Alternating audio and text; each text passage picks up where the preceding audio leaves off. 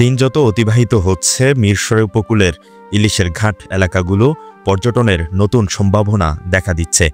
উপজেলার শাহেরখালী ইউনিয়নের বেড়িবাঁধ এলাকার শেষ প্রান্তে বঙ্গোপসাগরের মোহনায় অবস্থিত প্রাকৃতিক সৌন্দর্যমণ্ডিত ডোমখালী সুইচ গেট, যা ইতিমধ্যে ডোমখালী সমুদ্র সৈকত নামে পরিচিতি পেয়েছে।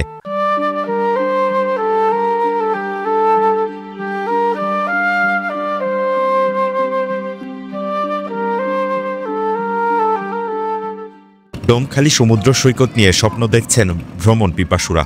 প্রতিদিন শত শত পর্যটকদের ঢল নামছে এখানে। উপজেলার বিভিন্ন প্রান্ত থেকে পরিবার পরিজন নিয়ে এমন দৃশ্য উপভোগ করতে ছুটে আসেন স্থানীয়রা। নবনির্মিত বাঁধ জুড়ে সবুজের সমারোহ, পাখির কিচিরমিচির, পশ্চিমে বিস্তীর্ণ সাগরের জলরাশি, দক্ষিণে সমুদ্রের কোল জুড়ে ম্যানগ্রোভ বন। বিকেলের মিষ্টি রোদ আর সূর্যাস্তের সৌন্দর্য যে কারো মন কেড়ে নিবে নিমিষেই।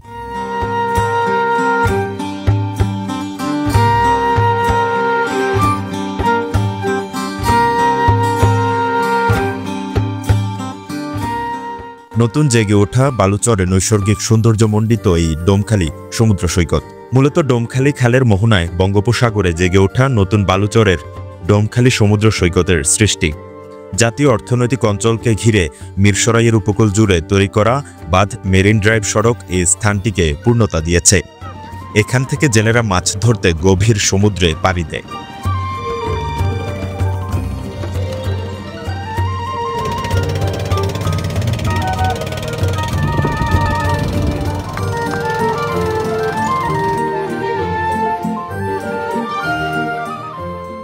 আগামী ২৮ ফেব্রুয়ারি শুক্রবার সেবায় সামনে এক মঞ্চে এই স্লোগানে ডোমখালী সমুদ্র সৈকত সংলগ্ন চায়না হারবারে বিস্তীর্ণ ব্লক মাঠে মিরসরাই সম্মিলিত স্বেচ্ছাসেবী সংস্থার ৭ম পুনর্মিলনী অনুষ্ঠিত হতে যাচ্ছে, যার রেজিস্ট্রেশন ফি জনপ্রতি ৩০০ টাকা নির্ধারণ করা হয়েছে। রেজিস্ট্রেশনের শেষ তারিখ ২৪ ফেব্রুয়ারি সোমবার রাত ১০টা পর্যন্ত। প্রতিটি সংগঠন থেকে ন্যূনতম ৫ জনকে রেজিস্ট্রেশন করতে হবে।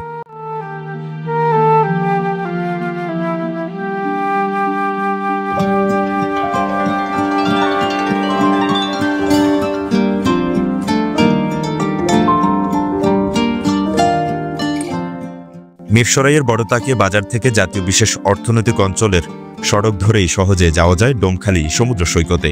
সিপি মোড় হয়ে অর্থনৈতিক অঞ্চলের ৩০০ ফিট রাস্তা পার হয়ে মেরিন ড্রাইভ সড়ক ধরে চর জুড়ে মহিষের পাল, পশ্চিমে সাগরের জলরাশি আর পূর্বে সবুজ বন দেখে একেবারে শেষ প্রান্তে যে কেউ পৌঁছে যেতে পারেন ডোমখালী সমুদ্র সৈকতে।